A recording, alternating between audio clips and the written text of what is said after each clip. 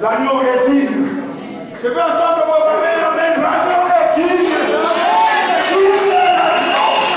L'agneau est digne. L'agneau entend la son de son épouse. L'agneau est digne. Alléluia.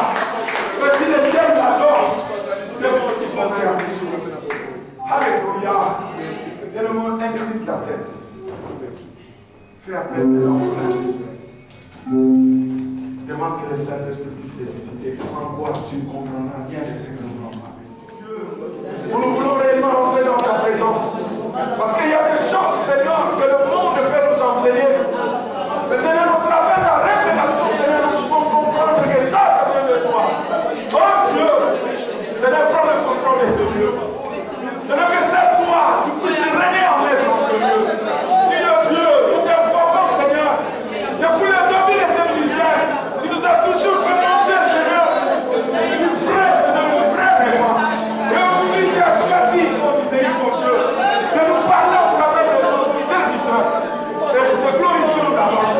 En te demandant, Seigneur, que le Saint-Esprit puisse prendre le contrôle de tout un chacun, que tout soit pour la France. Saint-Esprit, nous t'élevons, parce que nous n'avons pas un autre à qui nous pouvons élever. C'est toi qui nous tiens à la révélation.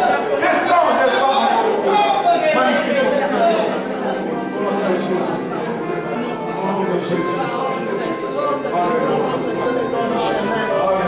Je voudrais, Seigneur. Amen.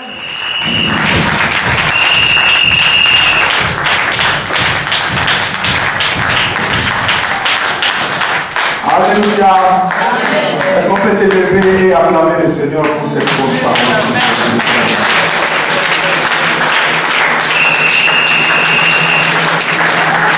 Amen.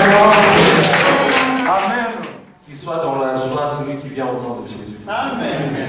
Vous savez, lorsque vous venez à l'église, quelque chose peut se passer dans votre vie. Et c'est pour cette raison, David disait toujours, je suis dans la joie lorsque je vais dans la maison de mon Père.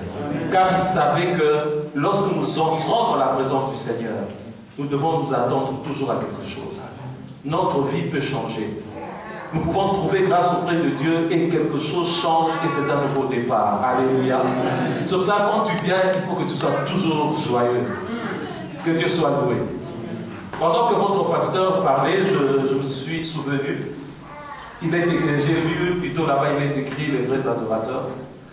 Pendant que je suis en train de circuler, le Seigneur m'avait donné un message.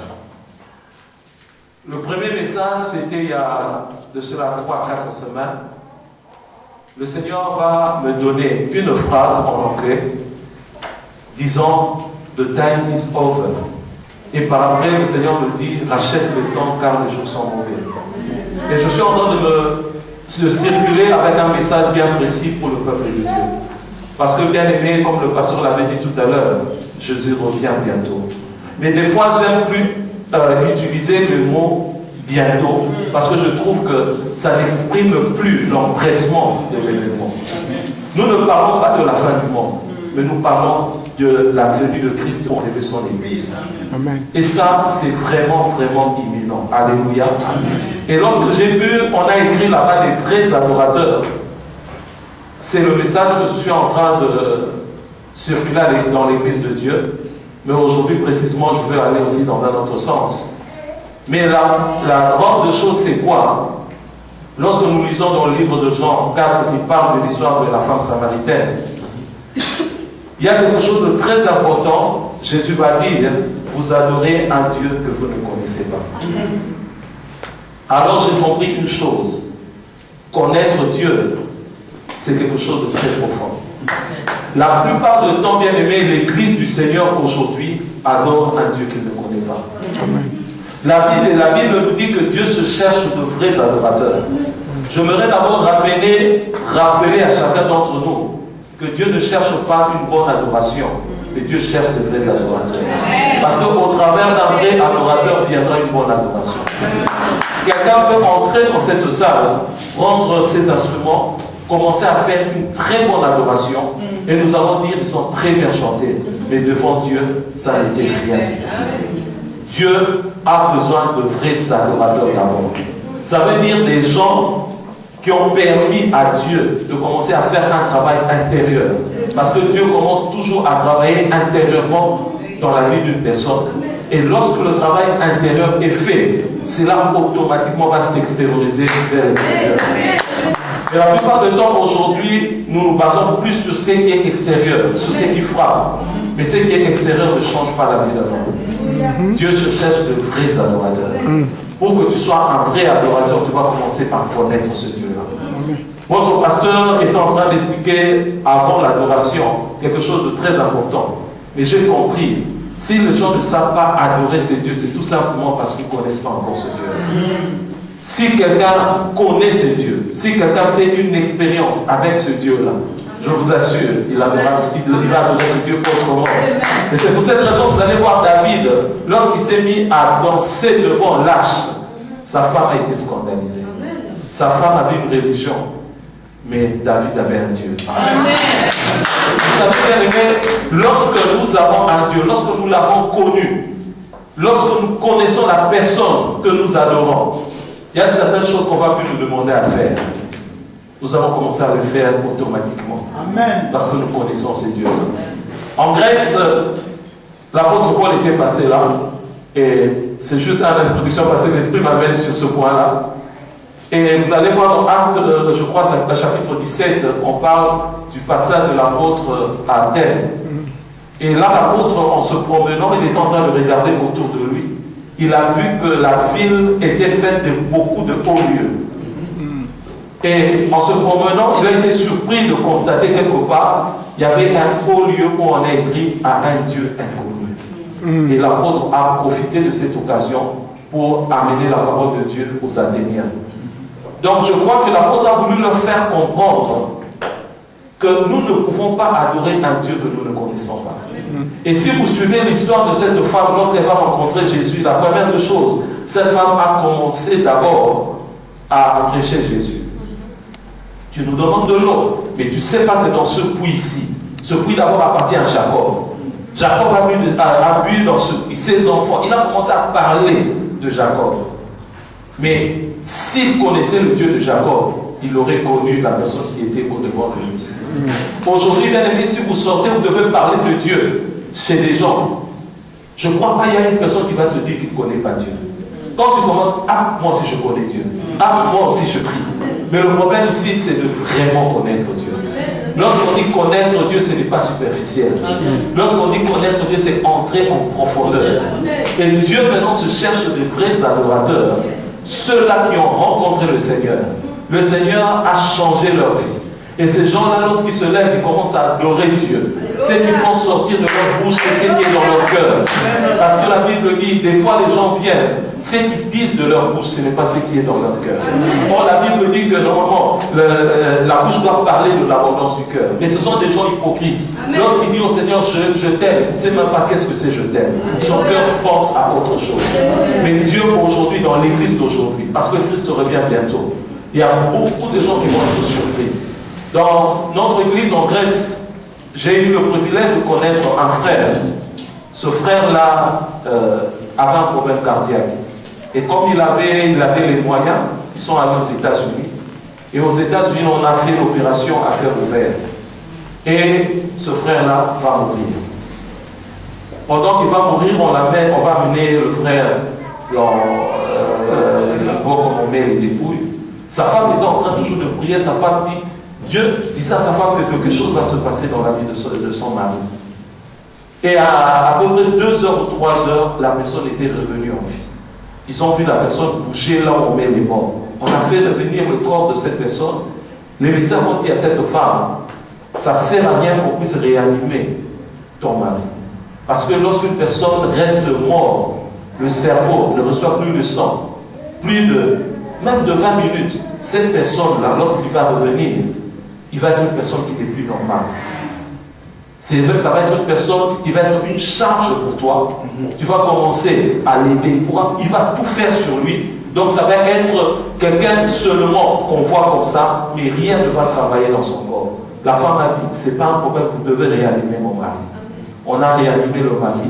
Après un jour, tous ses organes étaient revenus en place. Après une semaine, il est sorti de l'hôpital. C'était vraiment un miracle. Mais le plus grand miracle, c'est ce qu'il dit, bien qu'il fût prêtre. Je me suis demandé, est-ce qu'un prêtre peut être en vérité? En vérité, c'est Dieu qui vient, qui nous révèle comment nous devons marcher, comment nous devons le servir. Amen. Ou enfant, selon d'autres versions, sa situation ne diffère pas de celle d'un esclave, bien que théoriquement, tout lui appartienne. Amen. J'aimerais bien parler du fils héritier. Vous savez, bien aimé, en lisant ce passage, la Bible dit aussi longtemps que l'héritier, parce que nous sommes des héritiers. Aussi longtemps que l'héritier est un esclave, il ne diffère pas, et plutôt est un enfant, il ne diffère pas d'un esclave. À partir de ce moment-là, j'avais compris une chose, que Dieu ne coopère pas avec les chrétiens qui sont enfants. Bien aimé, vous allez voir dans toute la Bible, Dieu, avant de travailler avec une personne, Dieu veut que cette personne-là puisse grandir. Dieu travaille avec des fils. Dieu ne travaille pas avec des enfants. Bien sûr, lorsque nous recevons le Seigneur, notre Dieu comme Seigneur et Sauveur, nous passons par ce stade-là de l'enfance. Mais nous ne sommes pas appelés à rester dans ce stade, nous sommes appelés à grandir. Lorsque ton enfant, une maman vient de mettre au monde et que cet enfant-là, après 10 ans, a toujours l'aspect d'un enfant d'une année, les gens vont commencer à se poser des questions. De la même manière, nous aussi, dans notre marche avec le Seigneur, nous sommes appelés à grandir. C'est pour cette raison que vous allez voir lorsque Dieu va se révéler à Jérémie pour appeler Jérémie au ministère. Jérémie va dire au Seigneur, je suis un enfant. Mais Dieu va lui dire, ne dis pas que tu es un enfant. Parce que Dieu sait qu'il ne travaille pas avec les enfants. De la même manière, la Bible va nous dire dans le livre d'Ésaïe, prophétiquement, un enfant nous est né, mais un fils nous est donné. Amen. L'enfant nous était né, mais celui qui nous a été donné pour notre salut, celui qui nous a été donné pour notre rédemption, c'était le Fils. L'enfant, il ne pouvait rien faire pour nous. Mais c'est lorsqu'il est devenu Fils qu'il est allé à la croix. Il a payé et nous avons pu avoir le salut. Donc Dieu travaille avec des gens qui sont devenus des fils. Dans le livre de Corinthiens, je vois 1 Corinthiens, si je ne me trompe pas, je vois 1 Corinthiens chapitre 13, le verset 11. L'apôtre Paul est en train de dire, lorsque j'étais un enfant, je parlais comme un enfant. Il dit, je pensais comme un enfant, je raisonnais comme un enfant. Mais lorsque je suis devenu adulte, je fais disparaître tout ce qui était de l'enfance. Je parlais comme un enfant, je raisonnais comme un enfant. Et vous savez quelque chose de très important, c'est quoi? C'est qu'un chrétien, enfant, il est comme un enfant que nous voyons communément dans le monde. Qu'est-ce qui caractérise un enfant? Un enfant, ce qui le caractérise d'abord, c'est l'égoïsme. Un enfant, tout doit être centré sur lui. C'est la même chose pour des chrétiens qui sont enfants. Un chrétien qui est enfant, vous allez le reconnaître lorsqu'il prie, ses prières sont toujours individuelles. Seigneur, bénis-moi. Seigneur, bénis ma famille. Seigneur, mon problème là. Seigneur, ceci. Tout est centré sur lui.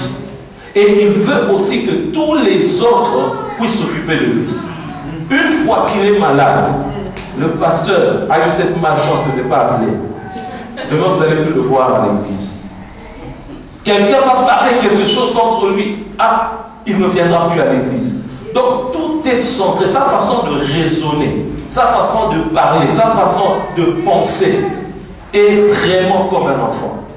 Et les gens pareils, ce ne sont pas des gens sur qui Dieu met sa confiance.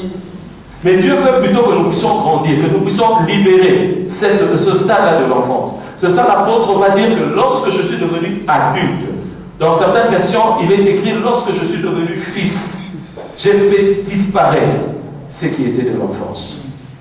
Vous savez, dans la Bible, dans Genèse, chapitre 15, nous lisons le verset 1 jusqu'au verset 5, c'est Dieu qui va venir visiter Abraham. Il était encore Abraham. Et Dieu va donner une promesse à Abraham. Mais lorsque Abraham va recevoir cette promesse-là, il s'est dit, mais Seigneur, mais comment tu dis que tu feras de moi une grande nation alors que je n'ai point d'héritier? Dans ma maison, je n'ai que Eliezer de Damas, qui est le fils de mon esclave. Mais Dieu lui a dit, l'héritier viendra de toi-même. Et nous allons voir dans la suite ce qui s'est passé. Sarah va donner sa servante Agar pour qu'il puisse avoir la descendance que Dieu avait pour lui. Mais la promesse de Dieu, ce n'était pas qu'un enfant viendra d'un esclave, mais c'était un enfant viendra d'Abraham et de Sarah. Et nous connaissons à partir de cette union entre Abraham et Agar, il y a eu Ismaël. Mais nous allons voir que Ismaël était 50% esclave et il était 50% fils de promesse. Mais lorsque la promesse de Dieu va s'accomplir, un peu plus tard, Sarah va être enceinte et la Bible dit qu'il va mettre au monde un enfant qu'on va appeler Isaac. Isaac, il était 100% fils de la promesse. D'une mère qui vient de la promesse et d'un père qui vient de la promesse. Mais vous allez voir, je vais essayer un peu de faire une image par rapport à cette histoire. Eliezer de Damas était 100% esclave. Parce que son père et sa mère étaient esclaves. Ils travaillaient tous dans la maison d'Abraham. En regardant cela, nous allons comprendre une chose. Tous, ils étaient des fils dans la maison d'Abraham. Mais tous les trois, ils avaient des caractéristiques qui étaient différentes les uns des autres. Eliezer de Damas, 100% esclave. Nous avons Ismaël, 50% esclave, 50% fils de promesse, et nous avons Isaac, 100% fils de promesse. Et cette image-là, c'est l'image que nous retrouvons aujourd'hui dans l'église du Seigneur. Tous ces trois se trouvaient dans la maison d'Abraham. Ils n'étaient pas dehors, ils étaient dans la maison d'Abraham.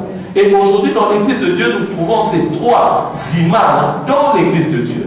Il y a des Eliezer de Damas. Ça, ce sont des gens-là qui ne connaissent même pas Dieu. Vous savez, il y a certaines personnes qui viennent dans l'église qui ne connaissent pas le Seigneur. Ils viennent peut-être parce qu'il faut venir, parce que peut-être les amis avec qui je marche tous vont à l'église. Ils sont là, ils n'ont jamais fait une rencontre personnelle avec le Seigneur. Et la plupart du temps, ces gens-là, vous savez, lorsqu'on prêche la parole de Dieu, on dit, est-ce que quelqu'un peut venir pour accepter le Christ? Il se lève, il vient accepter Jésus-Christ. Et le lendemain, si on prêche, on dit, qui veut encore recevoir Jésus-Christ? Il va se lever, il revient encore.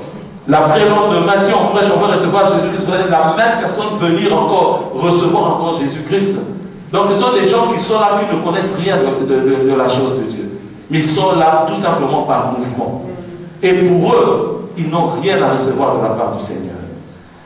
Ils sont étrangers à la vie de Dieu. Vous savez, lorsque Dieu avait construit son temple était divisé en trois. Le tabernacle est vraiment l'image de l'adoration, l'image de vrais adorateurs. Il y avait le parvis, le lieu saint et le saint des saints. Le parvis, c'était un lieu qui était destiné à tout le monde. C'est là où est Eliezer de Damas. C'est un lieu où tout le monde pouvait venir. C'est un chrétien, ce n'est même pas un chrétien, c'est quelqu'un qui ne connaît pas encore Dieu. Et par après, nous avons le lieu saint où nous voyons le chrétien qui est dans le stade de l'enfance. Il fait un pas. Ce chrétien-là, en fait, il n'a pas encore l'expérience de la gloire de Dieu. Parce qu'au devant de lui, il y a encore ce rideau-là qui le sépare de cette gloire. Et ce chrétien-là, il est l'image de Ismaël, parce qu'il est 50% esclave, il est 50% fils de promesse. Ce sont les chrétiens qui se plaisent et à l'église et dans le monde. Vous allez voir le même chrétien chanter pour le Seigneur aujourd'hui. Vous allez voir le même chrétien en train de danser le dombolo dans une fête quelconque. Il sait très bien s'adapter dans les milieux, que ce soit le milieu chrétien, que ce soit le milieu du monde. Et ce sont des chrétiens qu'on appelle des chrétiens charnels. Ils veulent adorer Dieu, ils adorent Dieu de leur manière. Ils veulent adorer Dieu poussés par leurs instincts, poussés par leurs sentiments. Ce jour-là, s'il se lève très bien, il est de bonne humeur, il va venir à l'église. Mais si ce réveil n'est pas de bonne humeur, ce jour-là, il ne vient pas à l'église. Il peut être ça. Il chante pour le Seigneur, il vient, il modère pour Dieu parce que ce jour-là, il est de bonne humeur. Mais une fois qu'il y a un problème dans sa vie, il reste à la maison. Et cela m'a toujours rappelé l'image de cette femme qui était venue briser le parfum de nard devant le Seigneur. Il a brisé le parfum. Il a d'abord ouvert le bouchon. Après, il a déversé le parfum. Par après, la Bible dit, il va prendre la bouteille, il va briser devant le Seigneur. Il a laissé le parfum se répandre sur la salle. Il a changé l'atmosphère de la salle à partir de cette odeur, de son sacrifice qu'elle a pu offrir au Seigneur. Mais il y a de cela, parce que je parle maintenant d'Ismaël. Ismaël, lorsqu'il vient devant le Seigneur, il ouvre le flacon de son parfum, mais il ne brise jamais son parfum. Son parfum l'appartient. Il va ouvrir le bouchon, et lorsqu'on sent l'odeur, on commence à aimer l'odeur, quand il veut, il ferme le parfum. Il dit maintenant c'est fini. Il va venir, il dit, je veux louer le Seigneur. Ce jour-là, vous le voyez, il loue le Seigneur, il loue le Seigneur. Après quelques temps, vous n'avez plus le voir. Et quand vous le demandez, ah, pourquoi? Seulement moi, c'est seulement moi qui peux faire ce travail-là. Donc il est en train de faire ça quand il veut. Quand il veut, il ouvre la bouteille. Les gens sentent l'odeur de ce que le Seigneur est en train de faire dans sa vie. Mais quand il veut, il ferme. Il ne veut jamais briser la bouteille. Pourquoi? Parce qu'il veut d'abord être maître de sa propre vie. Mais cette femme-là, elle est venue, elle a brisé. Parce que cette femme-là, elle s'est dit, jamais je n'ai rencontré un homme comme cet homme. Et jamais je rencontrerai un homme comme cet homme-là. Et lorsque nous essayons de voir un peu dans l'historique, à l'époque, en Israël, les filles se mariaient vierges.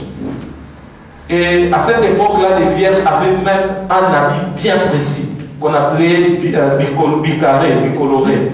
Et lorsqu'ils se promenaient, on savait. Parce qu'en ce moment-là, c'est comme ça qu'on se mariait. Bien qu'aujourd'hui, les choses ont changé. Mais à cette époque, c'était ça. Et la fille, la jeune fille, lorsqu'elle grandissait, elle devait travailler. Et pendant qu'elle travaillait, elle mettait de l'argent à côté pour s'acheter ce parfum de grand prix. Et ce parfum de grand prix que cette fille-là s'achetait, c'était pour le jour où elle va se rencontrer avec le seul homme de sa vie. Pour la première nuit où elle va être avec le seul homme de sa vie. Elle va prendre ce parfum. Parce qu'elle va dire, voici l'homme qui a pu conquérir mon cœur. Elle va passer ce parfum-là sur cet homme-là. Et cette femme-là, l'homme qu'elle a pu juger, l'homme qui était au-dessus de tous les hommes était Jésus. Alors elle va briser même la bouteille pour qu'un jour, qu'elle ne soit pas tentée de refaire le même geste sur un autre homme. Amen. Parce qu'il avait compris la valeur de cet homme qui était au-devant de lui. Et c'est pour cette raison que vous allez voir quelque part les apôtres, la Bible dit qu'ils étaient indignés. Les apôtres se sont dit, quel gaspillage. C'est pour ça que je vous disais, bien aimé, la connaissance du Seigneur ne dépend pas de notre âge. Ne dépend pas de notre âge. Tu peux connaître le Seigneur, avoir connu le Seigneur le premier. Ça veut dire que tu as accepté le Seigneur Jésus-Christ le premier. Mais une autre personne va venir beaucoup d'années. Il va comprendre les choses mieux que toi. Alors les disciples qui étaient là chaque jour avec le Seigneur Jésus, ils ont crié, quel gaspillage. J'aimerais que nous puissions un peu nous attarder sur ce mot-là, gaspillage. Vous savez, qu'est-ce que c'est un gaspillage? Un gaspillage, c'est lorsque j'ai un beignet. Je suis en train de vendre des beignets. Quelqu'un vient et me dit, je vais acheter un beignet. Et il me donne 100 € pour un beignet. Ça veut dire quoi? Ça veut dire que la valeur que je suis en train de donner par rapport à l'objet que je veux prendre n'a aucun sens. Et les disciples vont dire à cette femme qui a versé de son parfum, qui a brisé le vase, que c'était du gaspillage.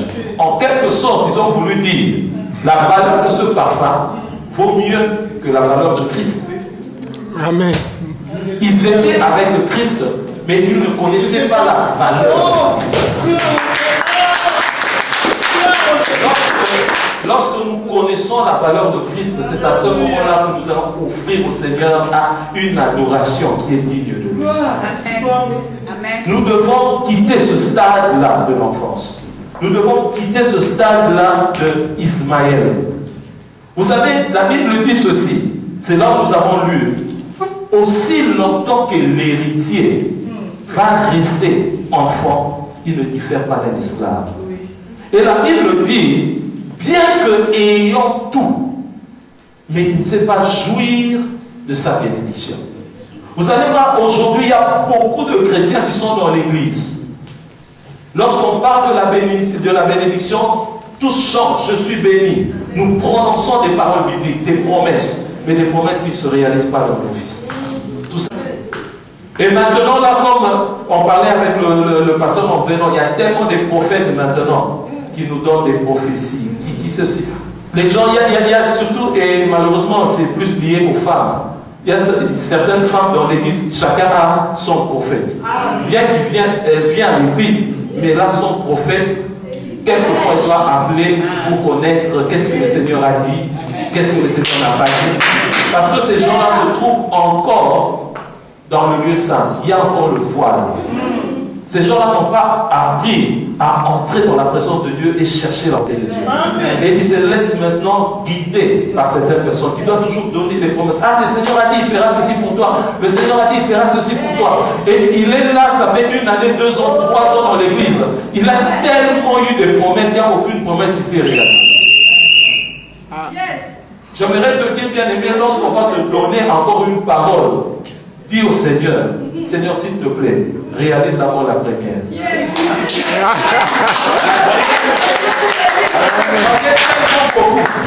J'en ai tellement beaucoup, tu vas encore ajouter. Comment est-ce qu'on va réaliser la première promesse que j'ai reçue il y a 3 ans?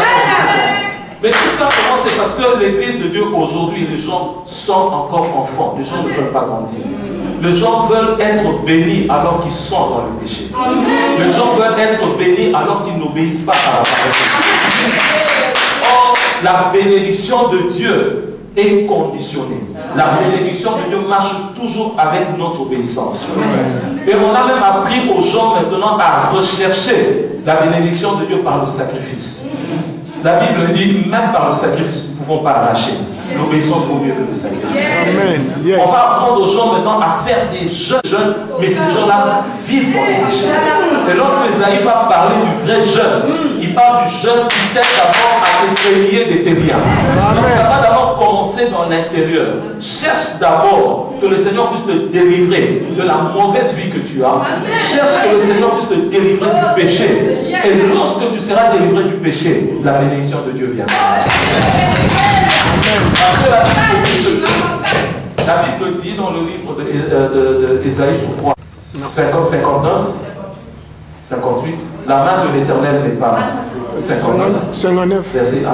La main de l'Éternel n'est pas courte. La main de l'Éternel n'est pas courte. L'Éternel veut nous bénir, mais sa main n'est pas courte. C'est pour cette raison, lorsque la veuve est venue vers le Seigneur, elle a dit, Seigneur, si tu veux, guéris-moi. Jésus a dit, je le veux. Amen. Jésus veut toujours la bénédiction de chacun d'entre nous. Mais le problème, c'est que nous devons marcher selon les marches. Suivre la procédure que le Seigneur a préparée pour chacun d'entre nous. Donc, lorsque nous venons demander à Dieu et que nous sommes dans le péché, la Bible dit, sa main devient courte. Amen. Tu peux rendre la main de Dieu courte. Tu peux rendre Dieu sourd. Cela dépend de toi. Cela dépend de ton obéissance. Comment tu es en train de marcher vis-à-vis du Seigneur. Amen. Si tu marches dans l'obéissance, la main de Dieu va commencer à s'allonger dans ta vie. Amen. Plus tu cherches à plaire à Dieu, plus sa main va commencer à s'allonger. Et tu vas voir la gloire de Dieu dans ta vie. Vous savez, le vraiment bon, c'est que Dieu veut d'abord, c'est notre salut. Tout le reste, c'est rien. C'est que Dieu veut d'abord que tu sois sauvé. C'est pour cette raison que Dieu a envoyé son Fils à la croix de Golgotha. Bien que Jésus, lorsqu'il est parti à la croix, il ne s'est pas seulement occupé de notre salut, mais il s'est occupé aussi de notre vie de tous les jours. Parce que lorsqu'il a dit, Père, tout est accompli, il avait englobé et le matériel et le spirituel. Parce que Jésus, lorsqu'il est venu sur cette terre, en lisant Philippiens 2, la Bible dit, il est devenu homme. Il est devenu homme, 100% homme, mais il est aussi 100% Dieu. Amen. Il n'était pas 50% homme, 50% Dieu, comme les dieux grecs que nous voyons. Les chrétiens qui créent des problèmes dans l'Église. Les chrétiens d'Ismaël, ce sont eux qui créent les problèmes. Ce sont eux-là qui viennent toujours créer des désordres dans l'Église. Pourquoi? Parce qu'ils sont 100%. Et 50 plutôt. 50, il est en esclave. Sa mère est en train encore de tirer les arènes. Et de l'autre côté seulement, il est fils de la promesse. Mais Ismaël, c'était quelqu'un qui est 100% fils de la promesse. Ismaël, c'est l'image là de ce chrétien qui cherche à plaire à son maître. Lorsque j'ai introduit par les vrais adorateurs, vous savez, c'est qui différencie le vrai adorateur du faux. Parce que lorsque la Bible parle du vrai, c'est parce qu'il existe aussi le faux. Dans la Bible, lorsque vous lisez la Bible, vous allez voir la Bible parler des 10 vierges. Il y avait 5 folles, il y avait 5 sages dans une même église. Il y a l'ivrée, il y a aussi le blé dans l'église. Et ici, on parle des vrais et des faux adorateurs. Ici, c'est une causerie qui ne concerne pas les païens. Lorsqu'on parle des adorateurs, ça veut dire de ceux-là supposés avoir reçu Jésus-Christ dans leur vie. Parce que la Bible va dire qu'ils doivent adorer Dieu en esprit. Quand quelqu'un n'est pas né de nouveau, comment il va adorer en esprit? Mais lorsque la Bible parle d'adorer en esprit, la Bible parle de nous. Donc, exemple sur la carte, entre nous. Nous qui avons reçu le Seigneur Jésus-Christ. C'est là où vous allez trouver des vrais et des faux adorateurs. Mais le vrai adorateur, comme je disais tout à l'heure, il est caractérisé par quoi? Il est caractérisé par le fait qu'il veut toujours plaire au Seigneur. Il cherche la volonté de Dieu. Jésus a dit, je ne suis pas venu sur cette terre pour faire ma volonté, mais la volonté de Dieu. Il a dit, ma nourriture, c'est de faire la volonté de Dieu. nous devons, la première des choses, c'est ce sentiment-là.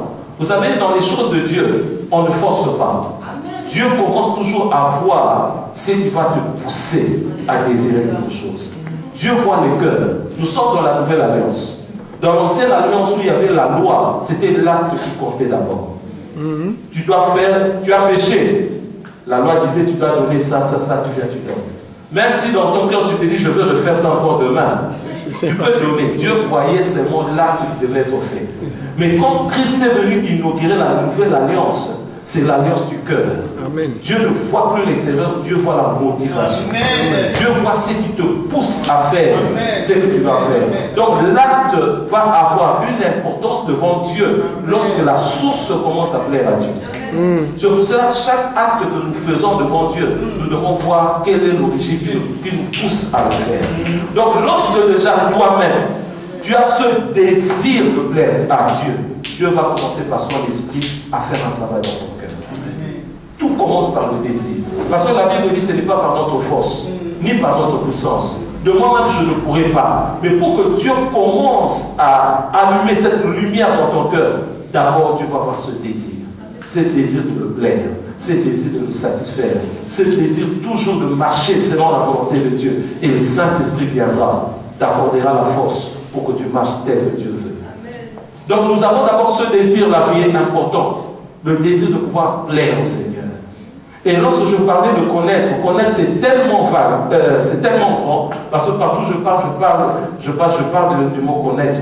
J'ai compris une chose. Un vrai adorateur, pourquoi il doit connaître? Parce qu'il doit savoir quel genre d'adoration il doit donner ou connaître. Toute adoration n'est pas bonne honnête. Vous savez, surtout je vais parler plus pour ceux qui sont mariés. L'époux, l'épouse, c'est lui qui connaît le secret de l'époux. C'est ta femme qui va bien te connaître. Et partout où je passe, je me dis, lorsque tu vois le voisin commence à dire, on va les connaître bien, commence à te poser des questions. C'est ma femme qui doit mieux bien me connaître, ce n'est pas une autre femme. L'autre, c'est vice-versa aussi.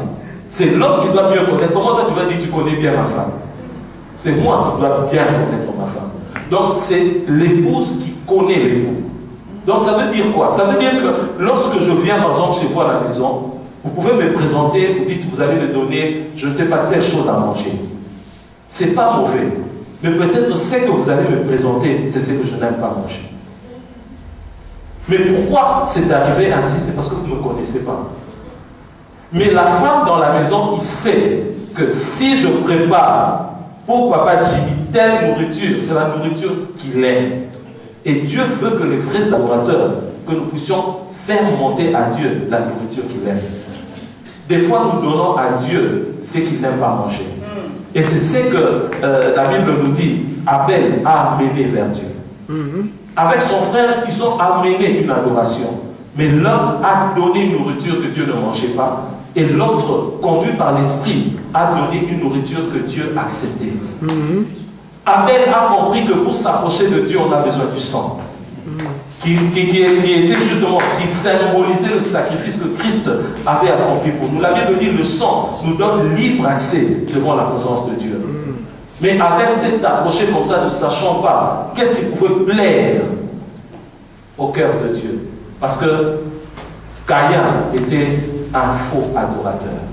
Nous devons d'abord chercher qu'est-ce qui doit plaire au Seigneur. Quand tu te lèves le matin, dis-toi, qu'est-ce que je peux faire pour plaire à Dieu? Et cela est très très important. De la même manière, nous voyons aussi dans l'Ancien Testament, parce que l'Ancien Testament, la Bible dit c'est l'ombre des choses à venir. Lorsque vous lisez l'Ancien Testament, vous devez chercher la réalité dans le Nouveau Testament. Amen. Parce que lorsqu'on parle de l'ombre, je suis là, si mon ombre est là, c'est que la réalité est là devant. Donc la Bible nous montre quelque chose de très important avec Rebecca. Rebecca se trouve devant Jacob et devant Isaïe. Ils vont entendre Isaac en train de parler avec son fils, lui dire que je veux mourir, je veux bénir, va, prends tes flèches et ton arc, prends un gibier, prépare ce gibier de la manière que j'aime et amène pour que je puisse te bénir. Et lorsque Rebecca a entendu, il va appeler son fils préféré Jacob Il lui a dit, j'ai entendu ce que ton père a dit. Mais toi, va maintenant, prends un agneau. Moi, comme je suis l'épouse, je sais comment mon époux aime. Je veux le préparer de la manière que ton père aime pour recevoir la bénédiction. Donc, nous devons savoir quel genre d'adoration que nous devons amener comme nourriture. Lorsque Dieu va manger cette nourriture-là, il va nous bénir, nous donner la bénédiction du Fils. Le cœur de Dieu est joyeux de la manière dont nous sommes en train de nous présenter vers lui. Et cela est très très important. Et je veux revenir à quelque chose d'important parce que le message que je donne, je veux toujours que nous puissions le lier avec le moment où nous sommes. Amen. Christ vient enlever son Église. À partir de ça et à partir de l'événement dont je vous ai parlé, de ce frère grec qui est mort maintenant, j'ai compris une chose. Les Eliezer de Damas, qui sont 100% esclaves, là on les écarte, eux ont déjà raté le train. Mais les Ismaël aussi, pour l'enlèvement du Seigneur, ils ne seront pas enlevés. Pour le salut, peut-être les restaurants vont passer par la tribulation.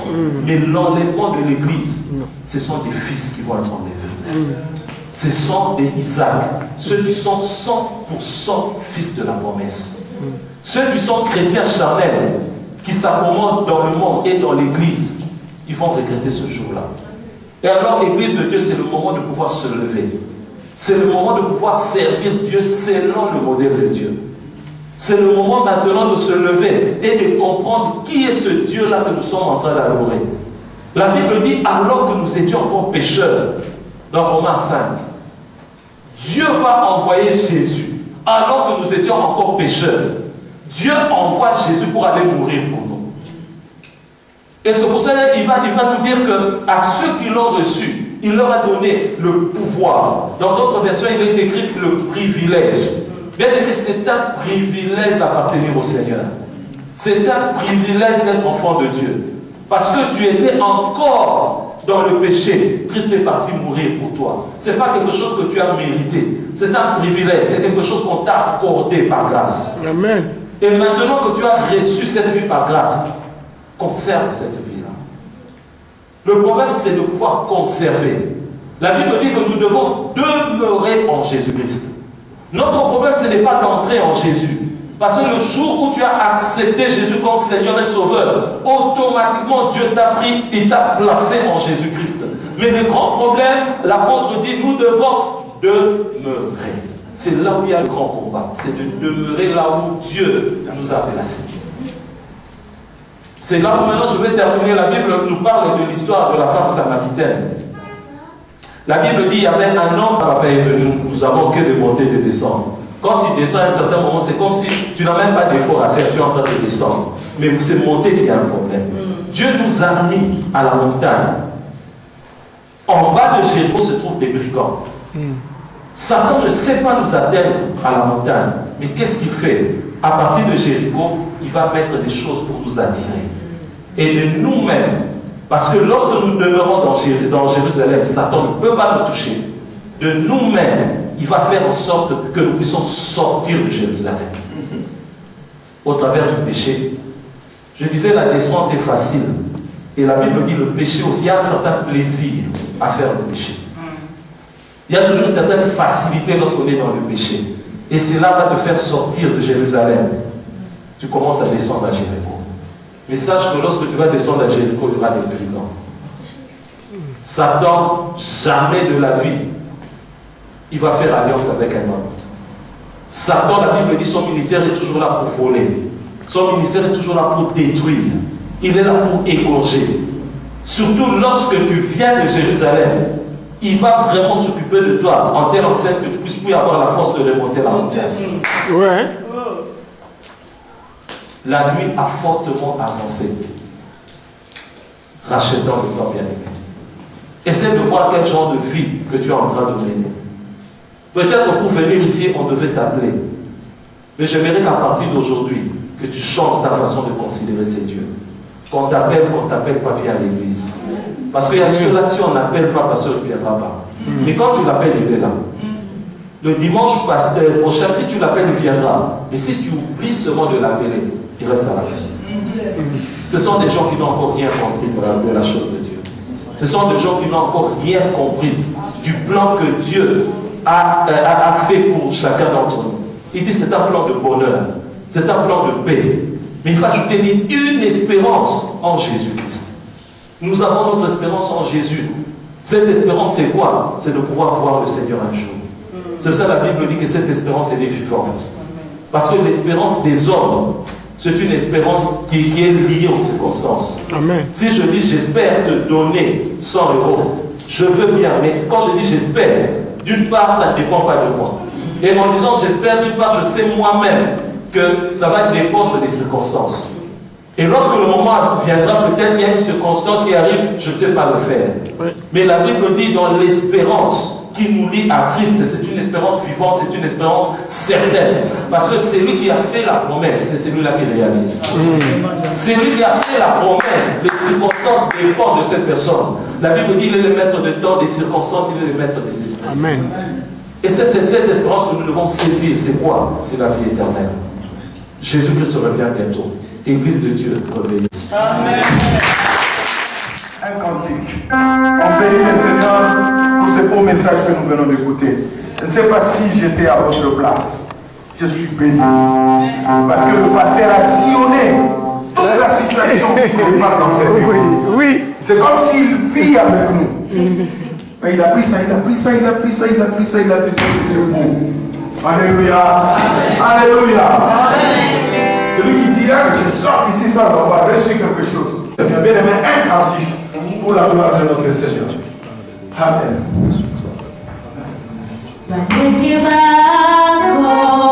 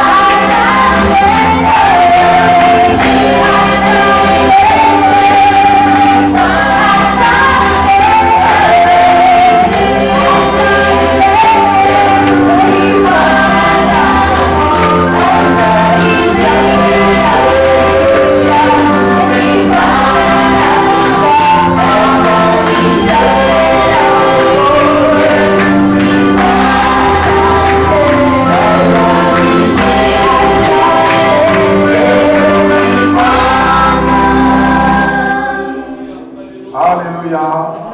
Reste un peu calme, nous allons demander à Maman Colette. Elle va lever sa voix. Seigneur, mon âme te dit merci ce matin. Puisque tu es le Dieu qui est le véritable, qui répond à toutes nos questions, Seigneur.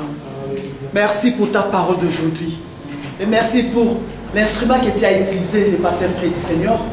Tu as dépêché, Seigneur, de venir ici, Seigneur. Moi, j'appelle une intervention rapide, Père de gloire, pour donner, Seigneur, de l'eau vive à tes enfants. Pour donner, Seigneur Jésus-Christ, à manger du pain à tes enfants, Seigneur. Oui, tu nous as nourris ce matin. Oui, Seigneur, nous avons bu, Seigneur, de l'eau vive.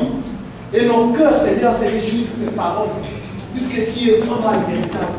Tu nous as appris, Seigneur, tu fais que nous sommes des vrais adorateurs. Et tu nous as expliqué, Seigneur, des faux adorateurs et des vrais adorateurs. Mais nous voulons être des vrais adorateurs. Puisque nous sommes des épouses, Seigneur. Et l'épouse connaît ce que son mari mange. L'épouse sait préparer la nourriture de son mari. Seigneur, merci pour cette révélation. Seigneur, merci pour cette parole. Tu nous as montré que cette femme, Seigneur, la Marie de Béthanie, comment elle a brisé l'homme de sa vie. Elle s'est indignée. Oh, gloire au Seigneur. Oh, à part cet homme, je ne vais plus donner mon corps à un autre homme. À part Christ, je ne vais plus céder mon cœur à d'autres dieux. Alléluia. Seigneur, merci pour cette révélation. Merci, mon Dieu, mon roi. Seigneur, nous ne voulons pas être, Seigneur, 100% esclaves. Non, Seigneur. Nous voulons servir un Dieu que nous connaissons. C'est toi, Jésus-Christ, qui est descendu sur la terre, qui a été, Seigneur, crucifié pour nous. C'est toi, Jésus, que la femme samaritaine a répondu. Elle a dit, j'ai rencontré l'homme qui m'a tout dit. Cette femme, Seigneur, est devenue évangéliste sans qu'on le nomme, Seigneur, mais selon la parole qu'elle a écoutée. Seigneur, je t'ai béni ce matin. Puisque Ismaël était 50% esclave, 50% fils de promesse. Mais nous ne voulons pas être Ismaël. Nous voulons être 100% fils de promesse. Seigneur, tu nous as enseigné ce matin que tu ne travailles pas avec les enfants. Puisque un enfant ne connaît rien. Un enfant ne peut rien faire. Même s'il est dans la maison de son père. Mais tu travailles avec les adultes, les fils. Seigneur, merci pour cette parole. Car la Bible dit qu'il a envoyé sa parole. Et sa parole est délivrée. Seigneur, tu nous as expliqué ouvertement aujourd'hui. Nous nous sommes vus dans le miroir, Seigneur. Oh mon Dieu, comment sont les Ismaël? S'il y a un problème, il reste à la maison. S'il y a un problème, il devient indifférent. Mais Seigneur, nous voulons être, Seigneur, comme toi qui t'as dit, que, alléluia, celui qui craint Dieu, oh, il est comme un arbre planté auprès des eaux. Il ne sèche jamais. Même dans la saison, n'importe quelle saison, il produit ses fruits. Seigneur, nous voulons être ces chrétiens-là. Seigneur, merci, mon Dieu, mon roi. Bénis ton serviteur. Bénis, Seigneur, son obéissance. Puisqu'il n'a pas vu la distance, il n'a pas vu l'improvisation, mais il est venu, Père de gloire. Seigneur, sois béni, sois glorifié. Bénis encore son ministère, Seigneur. Partout il passera, Seigneur, qu'il réveille les âmes. Puisque tu reviens bientôt, Jésus-Christ. Nous ne savons ni l'heure ni le jour. Peut-être demain, Seigneur. Nous ne savons pas.